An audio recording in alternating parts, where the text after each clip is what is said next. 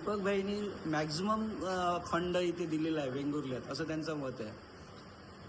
मुळात या सगळ्यामध्ये जेव्हा मागच्या निवडणुकीमध्ये भारतीय जनता पार्टीचे उमेदवार म्हणून त्या ठिकाणी नगराध्यक्ष म्हणून माननीय दिलीपजी गिरब हे निवडणुकीमध्ये निवडून आले आणि त्यानंतरच्या कारकिर्दीत त्या ठिकाणी महाराष्ट्राचे मुख्यमंत्री म्हणून त्यावेळी आदरणीय देवेंद्रजी फडणवीस साहेब काम करत होते. आदरणीय रवींद्रजी चव्हाण साहेब त्यावेळी मंत्रिमंडळात होते आणि या ठिकाणी चव्हाण साहेबांनीच त्यावेळेच्या निवडणुकीमध्ये सक्रिय सहभाग घेतला होता. त्यांच्याच नेतृत्वाखाली ही निवडणूक झालेली होती आणि या कोकणामध्ये फक्त भारतीय जनता पार्टी म्हणून स्वबळावर निवडून आलेला एकमेव नगराध्यक्ष होता आणि त्याचं फळ म्हणून खऱ्या अर्थाने त्यावेळी आदरणीय देवेंद्रजी आणि रवींद्रजी चव्हाण साहेब यांनी भारतीय जनता पार्टीवर या वेंगुर्ला वासियांनी जो विश्वास दाखवला त्याचं फळ म्हणून त्या पुढच्या काळामध्ये अनेक वेगवेगळ्या प्रकल्पांना कोट्यावधी रुपये दिलेले आहेत, हे लक्षात घ्या. त्यामुळे आता कोणी काही जरी म्हटलं तरी याचं खरं श्रेय हे त्यावेळेचं या सगळ्या डेव्हलपमेंटचं, या वेंगुर्ल्याच्या डेव्हलपमेंटचा जो निधी आणणं असेल किंवा या सगळ्या गोष्टी हे भारतीय जनता पार्टीचंच आहे.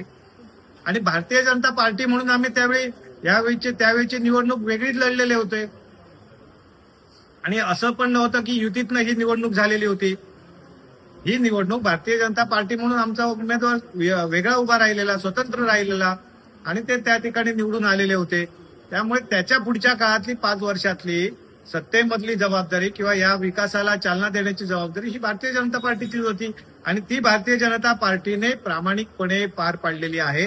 त्याचं फलित म्हणून आपण या शहरामध्ये अनेक विकास कामं बघतात जी नजरेला येत आहेत.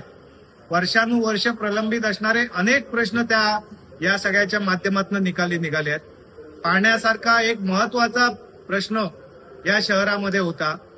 एप्रिल पासनं मेच्या शेवटपर्यंत सातत्याने टँकरने पाणी पुरवठा केला जात होता आणि टँकरने पाणी पुरवठा करणं हे इथल्या काही लोकप्रतिनिधींचं मोठेपण बनलेलं होतं. हा प्रश्न या ठिकाणी भारतीय जनता पार्टीच्या माध्यमातून याच्यामध्ये सुद्धा खास करून चव्हाण साहेबांनी जो सहभाग घेतला होता त्याच्यासाठी निधी देणं असेल किंवा अन्य काही गोष्टी असतील, या सगळ्यासाठी त्यांनी जो पुढाकार घेतला त्याच्या माध्यमातून निशांत तलावाची उंची वाढवली गेली. पाणी पुरवठ्यामधले पाईपलाईन या शहरामध्ये बदलल्या गेल्यात. आता त्या ठिकाणी नारायण तलावाच्या उंची वाढवण्यासंदर्भातले प्रस्ताव तयार केले गेलेत. तिलारी प्रकल्पाचं पाणी ते सुद्धा या शहराला जोडलं गेलं आणि त्याचं फलित म्हणून आता आपण टँकर मुक्त झालेलो आहोत. हे सगळं करत असताना दिलीप गिरबजी आणि त्यांचे सगळे भारतीय जनता पार्टीचे सहकारी नगरसेवक यांनी किती वेळा मुंबईत फेऱ्या मारल्या आहेत. काही जण हे म्हणतायत की आम्ही जाऊन मंत्रालयात इतका वेळ बसलो, हे केलं ते केलं. तर कुठल्या प्रकल्पासाठी, कुठल्या कारणासाठी, कुठला विषय मार्गी लावण्यासाठी किती वेळा गेलेत आणि कोण कोण गेलंय याचं रेकॉर्ड आमचे नगरसेवक म्हणून जे काम करत होते प्रशांत आपटे त्यांच्याकडे एकूण संख्या पण आहे. आमची एवढ्या वेळा मंत्रालयात फेऱ्या मारल्या, ह्या विषयासाठी ह्या मंत्र्यांना भेटलो, याचं शिफारस पत्र, त्याच्या फाईल्स आहेत. त्यामुळे ठीक आहे, प्रत्येक जण श्रेय घेण्याचा प्रयत्न करतोय, पण शेवटी या ठिकाणी नगराध्यक्ष म्हणून भारतीय जनता पार्टीचेच नगराध्यक्ष 5 वर्ष काम करत होते. त्यांच्याच नेतृत्वात ही नगर परिषद चालत होती आणि त्यामुळे या नगर परिषदेच्या कार्यक्षेत्रामध्ये 5 वर्षामध्ये जे जे विकास काम झालेलं आहे त्याचं खऱ्या अर्थाने श्रेय हे भारतीय जनता पार्टीचंच आहे आणि हे भारतीय जनता पार्टीचं कर्तव्य आम्ही मानतो. जे कर्तव्य भारतीय जनता पार्टीने पार पाडलं, कारण या शहरातल्या नागरिकांनी त्या काळामध्ये सुद्धा भारतीय जनता पार्टीचा उमेदवार मोठ्या बहुमताने निवडून दिलेला होता आणि तसंच आजही आम्ही कटिबद्ध आहोत. आजही आम्ही जनतेसमोर हेच मांडतो की या निवडणुकीमध्ये अशाच याच्याही पेक्षा मागच्या वेळेपेक्षा अधिक मताधिक्य आम्हाला द्या.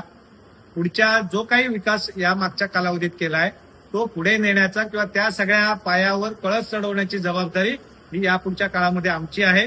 कारण केंद्रात, राज्यात सगळीकडे भारतीय जनता पार्टीची सत्ता आहे. आज पालकमंत्री नितेशजी राणे या ठिकाणी काम करतायत. खासदार भारतीय जनता पार्टीचे आहेत. या ठिकाणी भारतीय जनता पार्टीचे प्रदेशाध्यक्ष, माजी पालकमंत्री आणि आमचे सगळ्यांचे नेते म्हणून त्या ठिकाणी रवींद्र चव्हाण साहेब काम करतायत. आणि देवेंद्र फडणवीस साहेबांनी तर स्वतः या नगर परिषदेला आम्हाला जिंकून द्या, याच्या विकासाची जबाबदारी आपली आहे आणि ही नगर परिषद आम्ही दत्तक घेऊ, अशा प्रकारचं एक आम्हाला आश्वासन दिलेलं आहे. आणि त्यामुळे आम्ही आजही जनतेसमोर हेच घेऊन जातो आहोत की आम्हाला या ठिकाणी पुन्हा एकदा चांगलं काम करण्याची संधी द्या. याच्याही पेक्षा चांगलं काम या शहरामध्ये निश्चितपणे आम्ही पुढच्या 5 वर्षामध्ये भारतीय जनता पार्टीच्या माध्यमातून करून दाखवणार आहोत. आणि ताज्या बातम्यांसाठी कोकण एक्सप्रेस डिजिटल न्यूज चॅनलला सबस्क्राईब करा, लाईक करा, कमेंट करा आणि शेअर करा. आणि महत्त्वाचं म्हणजे बेल आयकॉनवर क्लिक करायला विसरू नका.